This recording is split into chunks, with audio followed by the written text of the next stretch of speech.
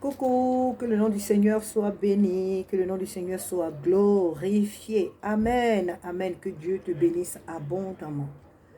Alors, j'aimerais par cette courte vidéo, oui, j'ai dit cette courte vidéo, vraiment interpeller, vraiment une soeur, un frère, mais vraiment une certaine catégorie de nos frères, de nos soeurs qui, dans la maison de Dieu, refusent d'être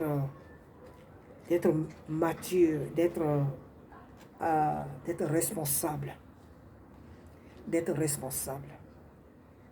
La Bible dit que si quelqu'un est en Christ, il est devenu une nouvelle création. Les choses anciennes sont passées, voici que toutes choses sont devenues nouvelles. C'est vrai. Et il faut comprendre que nous disons aussi souvent que la vie chrétienne, dans cette marche, c'est un processus. Donc, de jour en jour, on acquiert la maturité petit à petit, on grandit. Ça aussi, c'est vrai. Moi, je suis passé par là. Donc, c'est vrai.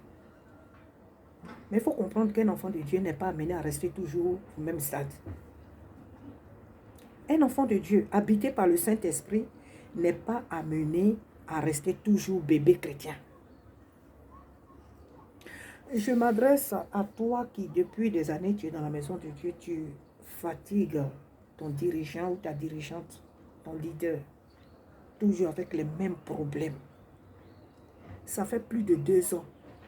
Ton problème là, il ne change pas. C'est toujours pour toi qu'on doit prier. C'est toujours toi qui tombes dans les veillées de prière. C'est toujours toi qui as des actions, mais vraiment, on dirait quelqu'un qui vient d'arriver dans le Seigneur. Écoute, quand on a accepté de répondre à l'appel du Seigneur, lorsque un homme ou une femme accepte, sinon répond à l'appel du Seigneur, c'est-à-dire pour faire son œuvre, il n'a pas dit adieu au ciel. Il n'a pas dit adieu au royaume de Dieu. C'est un mandat que Dieu confie à certains de ses enfants, donc il répond. Il répond espérant accomplir cette mission-là pour un jour aller rendre compte au Seigneur de ce qu'il lui a confié comme mission. Mais il n'y a aucun pasteur, il n'y a aucun serviteur ou servant de Dieu sur cette terre qui, ayant accepté Jésus-Christ, ayant répondu à l'appel, dit adieu au ciel. Dit adieu au ciel. Ici, j'aimerais parler surtout de l'histoire de Moïse. Moïse avait fui l'Égypte à cause de ses propres frères qu'il avait voulu aider.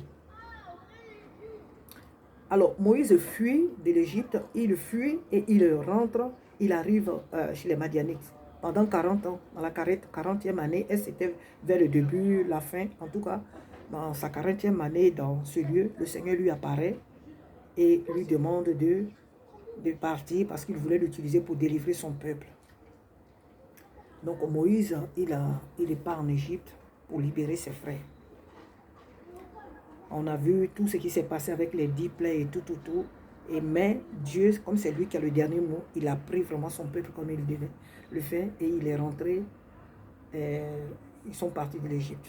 À la sortie de ces lieux, Moïse a eu pas mal de soucis avec le peuple, mais jusqu'à ce que le Seigneur les fasse passer par la mer Rouge, ils sont passés, ils sont arrivés là, dans le lieu du désert là, ils sont arrivés là.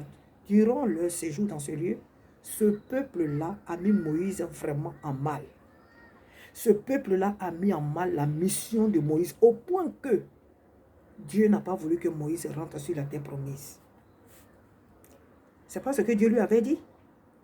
Quand Dieu s'est révélé à lui sur le mont Sinaï, là, Dieu ne lui a pas dit que Moïse va prendre mes enfants et puis tu les fais sortir de l'Égypte pour les amener hors de l'Égypte. Mais toi, là où tu les envoies, là, toi, tu n'y entreras pas. En tout cas, moi, je n'ai pas lu ça dans ma Bible. Moi, je n'ai pas lu ça dans ma Bible. Amen. Je n'ai pas lu ça dans ma Bible.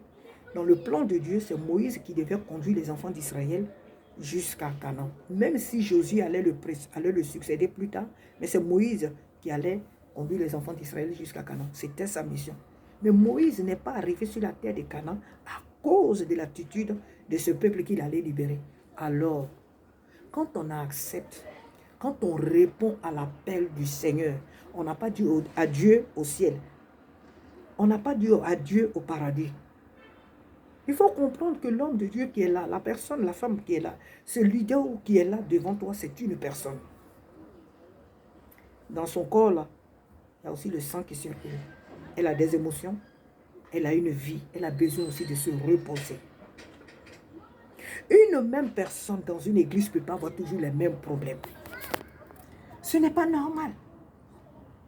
Ce n'est pas normal. Il faut grandir. Il faut être responsable. C'est pourquoi l'apôtre Paul disait à Timothée, son fils spirituel Timothée, que ce que tu as appris de moi là, enseigne-le à des personnes qui soient capables de pouvoir aussi le transmettre aux autres.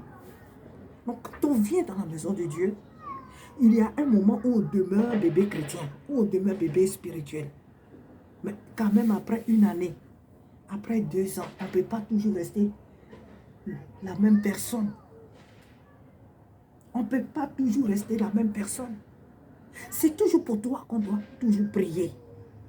C'est toujours toi qu'on doit rendre visite. C'est toujours toi qu'on doit encadrer. C'est toujours toi qu'on doit faire tel, qu'on doit rendre tel service. Non. Jusqu'à quand toi aussi tu vas aider les autres? Jusqu'à quand est-ce que toi tu vas aider aussi les autres? Il faut arrêter ça. Quand on est dans le Seigneur, on est pour grandir.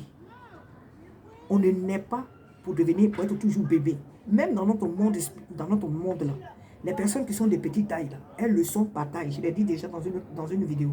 Les personnes que nous voyons de courte taille dans ce monde-là, elles le sont par leur corps. C'est le corps qui ne s'est pas développé. C'est le corps qui n'a pas grandi. Mais leur mental n'est pas resté bébé. Leur mental n'est pas né. Si je peux le dire comme ça. Donc quand on est dans le Seigneur, c'est un processus, et c'est vrai, la vie chrétienne, la marche. Mais puisqu'on dit que c'est un processus, donc on va vers, on commence, on est bébé, mais on va vers la maturité. On ne reste pas toujours bébé. Qu'est-ce qui se passe? Que toi, tu es dans la maison de Dieu, mais c'est toi qui es toujours à la même place.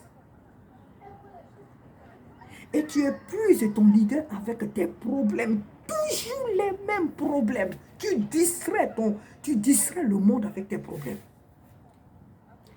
Si on a prié pour ton problème, pour ton cas, et que la situation apparemment ne change pas, mais c'est qu'il y a quelque chose dans ta vie qui ne va pas, remets-toi en cause.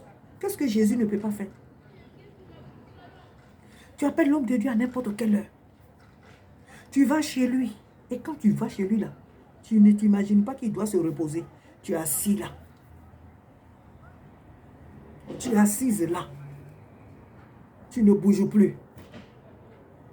Tu ne peux pas te dire que non, il est fatigué, il doit aller se reposer, en tout cas, ou il doit sortir pour aller faire des courses, il a une vie. Ça ne te vient jamais en esprit. Pour toi, l'homme de Dieu là, c'est une pierre. Mais même les pierres, je ne sais pas. Non, la vie chrétienne, ce n'est pas ça. La vie chrétienne, ce n'est pas ça.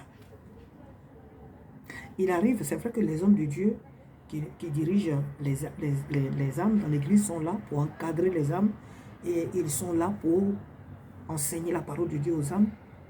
Mais les âmes aussi, avec ce qu'elles reçoivent dans la maison de Dieu, elles doivent grandir.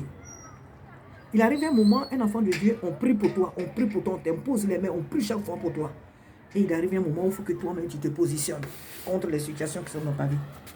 Il arrive des moments où il faut que toi-même tu te lèves dans la prière, que tu te positionnes parce que tu as l'Esprit de Dieu en toi. Tu as les promesses de Dieu avec toi. Tu dois te lever toi-même, te positionner contre cette situation. Tu ne vas pas chaque fois embêter l'homme de Dieu. Ta manière de faire là fait que il est obligé chaque fois de parler. Au-dedans de lui, deux fois même, il gémit au-dedans de lui. Et dans cette situation-là, s'il arrivait que Jésus revient là, il ne va pas être enlevé à cause de toi. Tu l'auras empêché d'aller à Canaan. Tu l'auras empêché d'aller au ciel. Tu l'auras empêché d'aller au ciel. Même si c'est toi qui finances l'œuvre dans l'église, même si c'est toi qui le soutient financièrement, spirituellement, s'il te plaît, il faut grandir. Il faut grandir. Parce que ta manière de faire là, risque de l'empêcher d'aller au ciel. Parce qu'il gémit au-dedans de lui. Il ne fait plus ce que tu lui demandes là, de tout son cœur. Il le fait au-dedans de lui en gémissant. Et ça, ce n'est pas bien. C'est pas quand on accepte de répondre, quand on répond à l'appel du Seigneur en tant que serviteur ou servant de Dieu, on n'a pas dit adieu au ciel. À cause de l'ingratitude, de la mauvaise manière dont agissaient les enfants d'Israël après que Moïse les ait sauvés de, comment on appelle, des pharaons, à cause de leur mauvaise attitude, Moïse n'a pas vu Canaan. Et aujourd'hui, dans nos églises, beaucoup de personnes se comportent comme ça vis-à-vis de leurs dirigeants, vis-à-vis de leurs leaders. Il y a des choses peut-être que moi qui ne me viennent pas à l'esprit ici que je ne dis pas, mais il y a beaucoup de choses qui se font, que tu fais, que vous faites aux hommes, auprès des hommes de Dieu, mais ce n'est pas possible. Mais ce n'est pas possible. Ce ne sont pas des dieux, ce sont des êtres humains. Ce sont des êtres humains. Alors je te supplie, grandis spirituellement. Dépends du Saint-Esprit. Dépends de Jésus-Christ lui-même. Face à face. Dépends de Jésus-Christ. Dépends du Saint-Esprit qui vit en toi. Et non pas de l'homme de Dieu. Il fait déjà ce qu'il peut. Elle fait déjà ce qu'elle peut.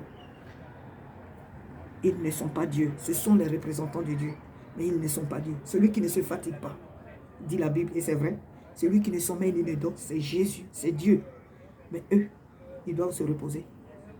Ils ont une vie. Ils ont aussi leur vie personnelle. Donc, ils n'ont pas dit, oui Seigneur, j'accepte la mission que tu m'as donnée. Et désormais, c'est fini. Toute ma vie, elle reste dans l'église. Même si notre vie, on n'a plus de vie personnelle à nous, que toute notre vie appartient à Jésus. Mais je veux dire que l'homme de Dieu a quand même une vie, ce qu'on appelle une vie de famille, a une vie. La femme là, la sœur, la servante de Dieu, elle a une vie. Amen. Donc j'aimerais t'encourager ici à grandir spirituellement. J'aimerais t'encourager ici, bien-aimé, à grandir spirituellement, à te prendre en charge. Sinon, à charge ou en charge, oui. Prends-toi en charge. Dépends du Saint-Esprit. Dépends de Dieu et non d'un homme. Dépends de Dieu et non d'un homme. Car souvent, les manières d'agir envers les hommes de Dieu les amènent à sortir même de leur mission, les amènent à agir de la mauvaise manière. Et si le Seigneur venait à les trouver dans ces conditions-là, ils ne seront pas sauvés. Pas parce qu'eux-mêmes, ils ont mal fait, pas parce qu'ils ont mal fait la mission, ils ont accompli mal la mission, mais à cause des membres de l'Église, à cause de certaines personnes autour d'eux, les ont contraints à faire des choses que Dieu n'a pas aimées. Les ont amenés à faire des choses que Dieu n'a pas aimées et que Dieu n'aime pas. Alors que tu vois cette vidéo, vraiment, ma soeur, mon frère, remets-toi en cause et vraiment, remets-toi en cause. Prends garde à ce que tu fais, s'il te plaît. Sois responsable, sois mature dans le Seigneur. On ne peut pas toujours suivre la même personne. Il n'y a pas que toi dans l'église. Il n'y a pas que toi dans l'église. On ne peut pas toujours suivre la même personne. L'Esprit de Dieu ne nous a pas invités à l'esclavage, mais à la liberté, au progrès. On a tous des épreuves, on a tous des difficultés. Et les mêmes épreuves ne doivent pas demeurer éternellement. Ça ne vient pas de Dieu. Alors si ton problème, depuis que tu as accepté Jésus, ton problème là, ça demeure, remets-toi en cause. Va toi-même dans la présence de Dieu.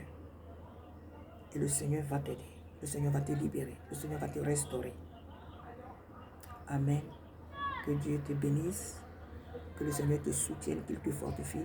Que le Seigneur t'aide à grandir spirituellement. Amen. Que le Seigneur t'aide à dépendre que de lui, pas de l'homme de Dieu. Il est là pour t'enseigner la parole de Dieu. Il est là, c'est vrai, pour prier pour toi, pour t'encadrer, c'est vrai. Mais il faut comprendre qu'une fois qu'on vient dans le Seigneur, on doit grandir. On ne doit plus rester la même personne tous les jours avec les mêmes problèmes. Non, tu dois grandir. Que Dieu te bénisse. Amen.